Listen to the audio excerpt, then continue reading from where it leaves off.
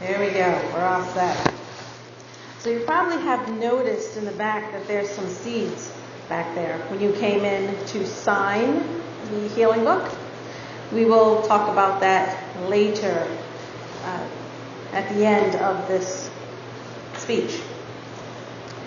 So, talking about seeds. How do we care for a seed? Well, the first thing we need to do is plant the seed. We water the seed and continue to be diligent, watching after the seed. We don't ignore it. We don't allow it to wither away and die in the heat. When temperatures are at their peak, we pay more attention to it and water it, and eventually the seed starts to grow. It thrives, and if we're lucky, it'll flourish. Now, I know a lot of people that I call part-time planters because they plant the seed, water it once or twice, and they leave it there. And the seed will grow because nature will feed the seed. But since there's no one to watch after the seed, when it becomes a plant, the plant dies. So it's not just enough to water the seed. Just like it's not enough to wish for universal love. In order for there to be any change, whether it be with the seed growing into a plant or whether it be spreading love, we have to do our own part in creating it. Back on the seed, we water the seed and we take care of it. In regards to universal love, we need to be the change that we want to see. I'm sure you've heard of that before. We all have the seed of love within ourselves. We plant our seeds of love by our actions towards others and by attending to our actions daily, by being mindful of the choices we make. We need to make conscious decisions that reflect a loving atmosphere that becomes so infectious that others begin to emulate our actions of love towards one another. Recently, at the beginning of summer, I bravely decided to take my children to California. While there, I worried greatly about my plants back home because not all of them were hooked up to the drip hose system that I have for my main garden. I had asked a friend to take care of my plants while I was away. Someone needed to watch my plants so that my efforts of seed planting and care wouldn't go to waste. It is in the same way that we must tend to our actions towards others. What we do, others see and become affected by it. Someone is always watching, whether or not we realize it. Someone is always paying attention to our actions. The plants that have come from our seeds are visible to others, even when we are not around.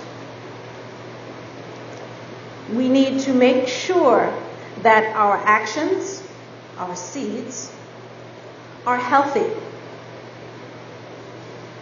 Is there an abundance of love that we may give to others? Our plants, the effects of our actions, unhealthy and negatively affecting others? Are we mindful of our actions?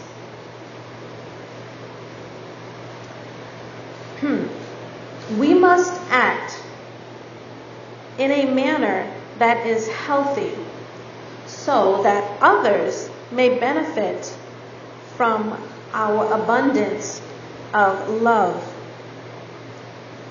For every action that we make affects everyone else. Again, whether or not we realize it. And we don't have to go on television to do this either. Just think about it. Pretend, for instance, that you are mean towards your neighbor. I know no one in this room is. And your neighbor, in turn, tells others about you. And then those people become bitter towards you and what you represent, whether it be your race, your culture, your gender, your class, your occupation, the list goes on and on. And these new victims of the bitterness harbor resentment towards those who mistreated them. And then it becomes a never-ending cycle. That is how our actions affect everyone else, in essence, the universe.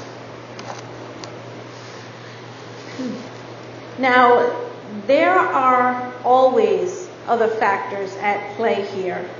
For instance, when you add violence, whether it be physical towards a person or physical in a manner of destroying property. Again, I repeat, be the change you want to see. Be the shining example of spirit. Be the example of love. Tend to that love like you would tend to a seed.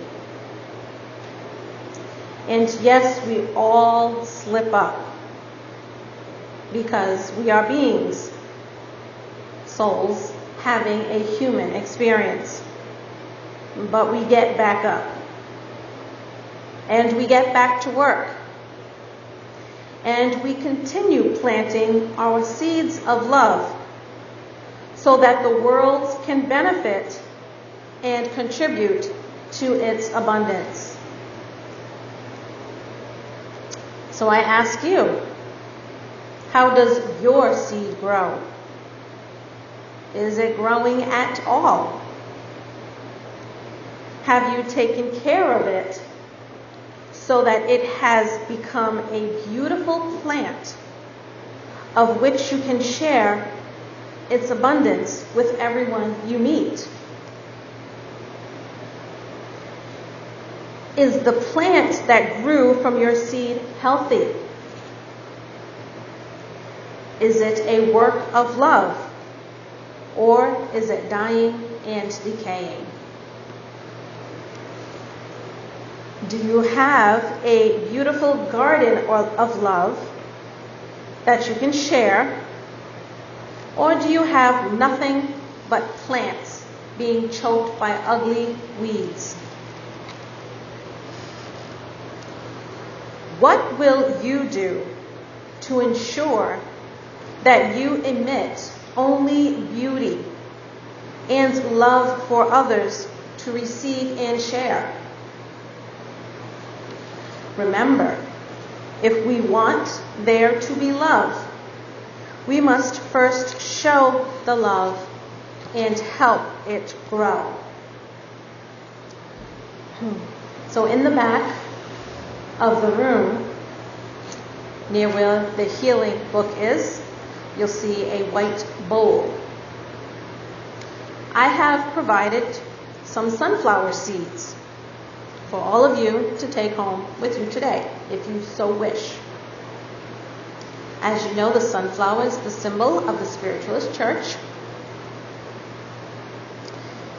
Each seed may one day yield many flowers, and so too must each act of love. Each act of love vibrates and has its effects, and each effect will multiply like ripples on a pond. So do not keep your plant as much as you may want to. Don't keep it. Just try it. Okay? Give it away. Donate it. Give it to your mom, a friend, someone. And let it be a representation of your act of love towards another. Let the seed that becomes a plant remind you to continue to be mindful of spreading love to others. So at the end of service, there's little plastic Ziploc bags, and you can put a seed in there. You can take more than one if you'd like, and you can take it home. Once your seed starts to grow into a plant and it's strong enough, that's when you can give it away, as to represent you giving love to someone else. Thank you very much.